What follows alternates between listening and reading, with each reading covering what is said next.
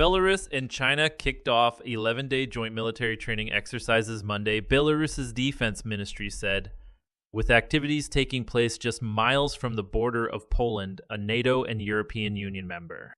The joint anti-terrorist training attacking Falcon exercises in Belarus would see military personnel from both countries act together as one unit in certain stages, Major General Vadim Denisenko of the Belarusian military said in a Telegram post.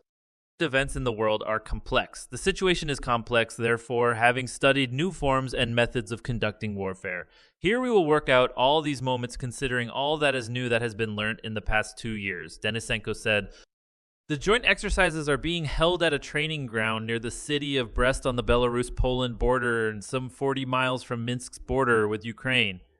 They come as Russia's invasion of that country, more than 2 years, has hardened geopolitical divisions and continues to threaten broader regional security. Beijing and Minsk have been tightening their ties in recent years under Chinese leaders Xi Jinping and Belarusian President Alexander Lukashenko, both autocrats and strong allies of Russia's Vladimir Putin.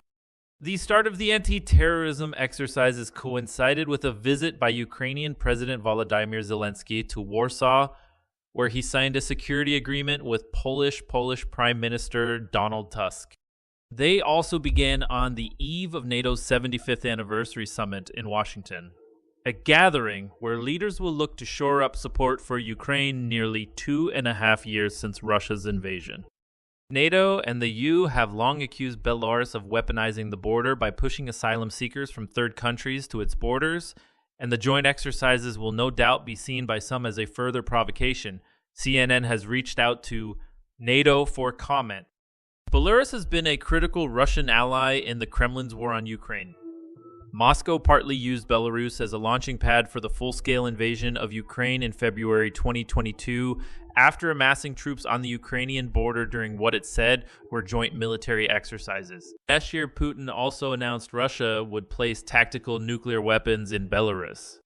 China has emerged as a key diplomatic and economic lifeline for Russia since its invasion of Ukraine and been accused by Western leaders of bolstering Moscow's war effort through the provision of dual-use goods, a charge Beijing denies.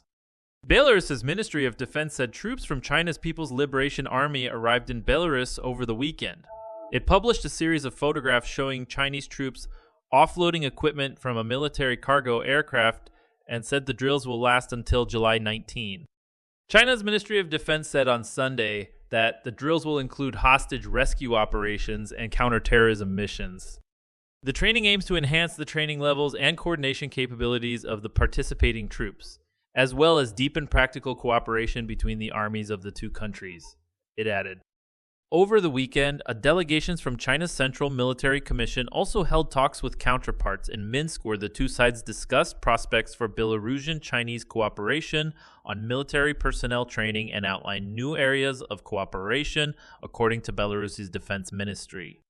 This latest showing of their security cooperation comes just days after Belarus joined the Beijing and Moscow-backed Shanghai Cooperation Organization on Thursday.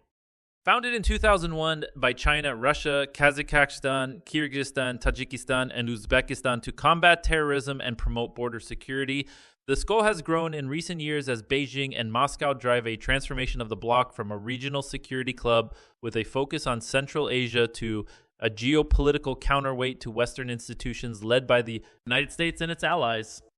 Belarus' entry in the blockade, hailed by Xi and Lukashenko in a meeting on the sidelines of an SCO summit in Kazakhstan last week, was widely seen by observers as another mark of that transformation.